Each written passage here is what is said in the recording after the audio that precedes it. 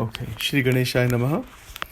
We have been contemplating on the different yogas just to get an overview of many of them and what some of the interconnections are among them. So, when we are considering bhakti, bhakti is devotion. Generally we think of it as devotion to God, and that is certainly true. So, what is bhakti? What is meant by bhakti? Bhakti is love. It's pure, undifferentiated love. And in its highest state, it doesn't have a direction. It is non-directional, undifferentiated love. Now, what does that mean? At the mental level, if Sachin is saying, I love you, there's a direction, there's a me, there's another person there, and then there is a flow of emotion towards the other person. That is also love, but that is a directional love, and it is a love that is expressed through the mind and the body, and we use the expression, I love you. Now, there's a different expression that really elucidates or highlights the non-directional state of bhakti. And that is, if you take the statement, I love you, and you change it to, there is love without boundary within which we both exist, within which we all exist. So now the I and the you are gone. And so that is the culmination of bhakti. This transition from the I and the you, I love you. Even with God, we say, I love God. I love Krishna, I love Shiva, I love Jesus, I love whoever. Or even in the family, husband says to wife, I love you. Mother says to daughter, I love you. Like this. Father says to son, I love you. That is at the human psychological state. Now, if we start with non-directional bhakti, that there is just love everywhere we look. Love is looking through us in every direction at all times.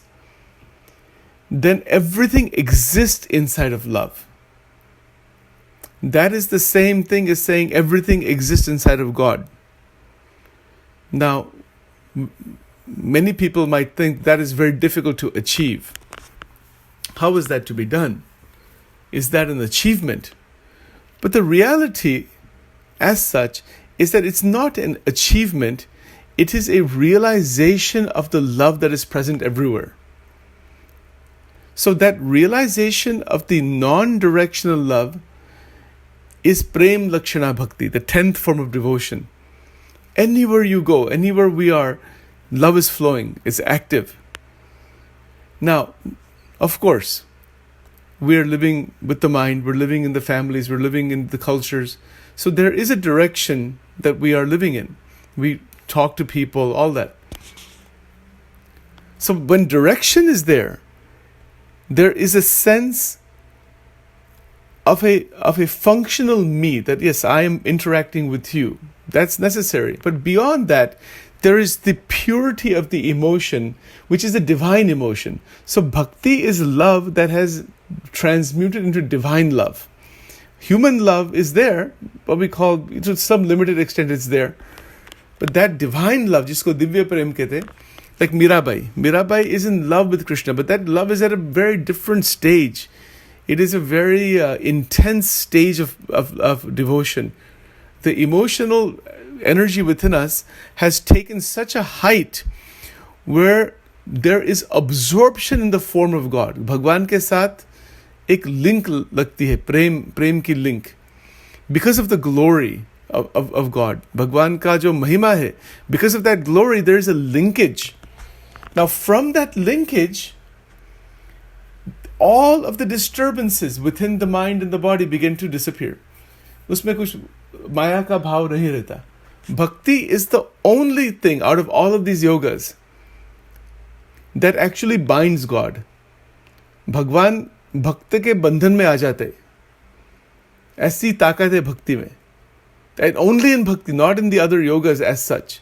Because other yogas don't have it directly to do with God. They have to do with mind and understanding and all those other kinds of things. Even like mantra sadhana, it does have to do with God, but it has to do with mental repetition and those kinds of things. Yes, they're mixed together.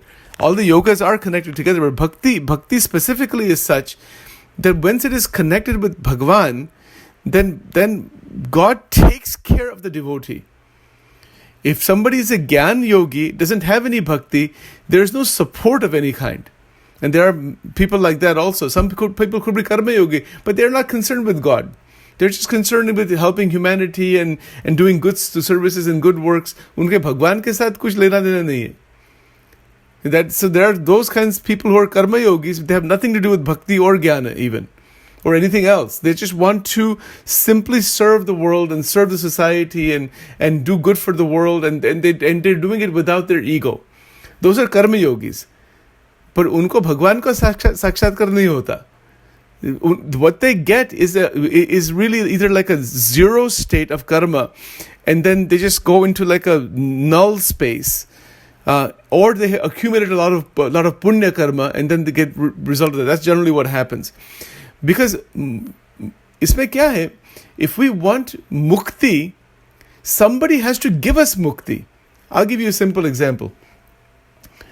If an individual is at a university and has gone through all of their, let's say, psychology classes and everything is done, every criteria is met, the only thing left now is for the university to say, okay, you are a graduate and we're giving you the certificate. But somebody has to give that. If that is not given, then what happens?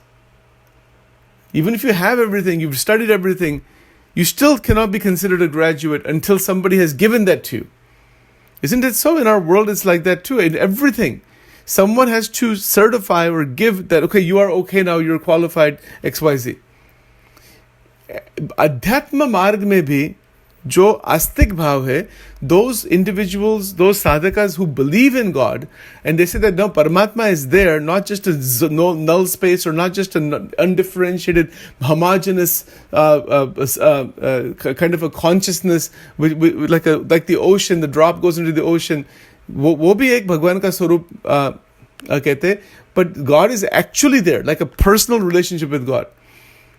तो वो जो भगवान के साथ जो इष्ट देव की जो भक्ति है, in that state there is the asking God to liberate us. That's why in the Bhagavad Gita, Sri Krishna Bhagavan says, you come to me. He says it again and again. Sarva dharman parityaja mam ekam me sharanam vraja. As opposed to simply going to some undifferentiated abstract reality that is just present everywhere. That is also there, the Nirakara Swarup. But there's no relationship with that. How can you have a relationship with something that is undifferentiated? As a human being is in the mental, physical level, there cannot be any relationship with that. There's only the zoning out of the mind and hoping that will just come to us, or that will just be there. And there's no you also. So Gyan Yog mein kya hai? That is what the Gyanis want. They're not concerned with God actually also. Gyanis are really not concerned with any form of God. They may have forms of God and bhakti and so many different things as a support only. And I spoke to Chetna about this just yesterday. That they use that as a support, but they're not really concerned with God. They want to become one with that cosmic consciousness. And in fact, once they become one with it, they're also not there. If I was to ask you, if you put a drop of water inside the ocean, where's that drop? It's not there anymore. There's no drop to even experience anything. There's no person to it. There's no individuality left to experience anything. So another way, sometimes Advaita Vedanta is considered to be spiritual suicide. There's no you actually. When you say that you want to realize that, you will not even experience that. There's nothing to experience actually. There's just a homogeneous mass of consciousness that is called Nirakar Akshara Brahma. और इसमें और वो जो ज्ञानी है, they want that. और वो भी एक स्थिति है. Ramakrishna Paramahansa was in samadhi after meeting the Guru Totapuri. In the story of Ramakrishna Paramahansa, in the history, he was seeing the goddess Kali at all times. And that Advaitic Guru, who was a Jnani, He said that you are seeing the goddess Kali, you have to get rid of the form and you will see the Brahman, actual reality. So he put some stone or something, where I put this Agnya Chakra Tika here. He put like a stone, he put a little bit of a touch there. He said, you meditate here, the goddess will appear, you go beyond, you go beyond the form. He did that, he was in Samadhi, Ramakrishna Paramans. Was Samadhi mein the for 12 days. Body was unmoving. But he was alive. Body was still alive, but some different state is there. Body becomes like a piece of wood almost, becomes really, really hard. और वो जो निर्विकल्प समाधि है, it is called asampragnat samadhi in the Yoga Sutras. And we'll get to that later on sometime. The Gyanis who are there, they want that. And they don't ever want to come out of that. And in fact, once they're in that, if they come out of it, they have a remembrance of that. And that is where Advaita Vedanta came from. It came from those people who touched that to some extent and came back into it. But if the causal body, if the Karan Sharira is completely gone, and one goes into that, one never comes out of it. In the Vachanamrut, Sajanand Swami Maharaj has called that Brahma Shushupti. The Nirakara Brahma is such that if the causal body is gone, there's no Vasana left. And even if you're worshipping God, doing all kinds of sadhanas and bhakti and everything, but your intention is to go into Nirakara Brahma, you will go there and there will not be you anymore. There's no you actually to experience anything. There's a state of zero experience. It is just an existence there. इसमें अनुभव कुछ नहीं है. ठीक है ना? अनुभव कब होता है when there is some duality. Baki, you cannot say the drop of water that has gone to the ocean is experiencing water. No. It is the one. I am the drop, make me the ocean. There's a prayer like that. But that is not, there's no duality, there's no experience of the ocean. It is the oneness, it's not even oneness with the ocean, it is the ocean only. That is Advaita Vedanta, that is the Nirakara Brahma. Now, how does that differ from Buddhism? In Buddhism, there is no idea of Nirakara Brahma. In Buddhism, there is Shunya. Shunya means nothingness. That is also another state. Shunya mein kya hai? Causal body is gone, cycle of reincarnation is stopped, there's no more vasana left, and one has gone through the eightfold path that Buddha has shown, has gone through that. One is an awakened being, energies are awakened, has gone through all the intermediate stages, and there is a stage called Mahashunya Avastha. And there's nothing, there's no Brahma Tattva also, it's non-existence. It is another form of spiritual suicide. I use the word spiritual suicide this way because there's no you to experience anything. People who are trying to commit suicide, they want to end the experience of their life. So both in Advaita Vedanta and in Buddhism, both are spiritual suicide. Because you're not there actually. There's no you to experience anything. And if somebody wants that, they can get that, but they have to extinguish all their karma, and they have to also not have any vasana. I have heard certain sages who don't want to go into those states. They say that that a devotee of God, if he has some vasana, that's a good thing. He'll come out of those two states. Otherwise, he'll never come out of it ever. There will not even be you to come out of. You see, so this is a very, very interesting point about the difference between Buddhism, Advaita Vedanta, and then all the Bhakti Sampradayas.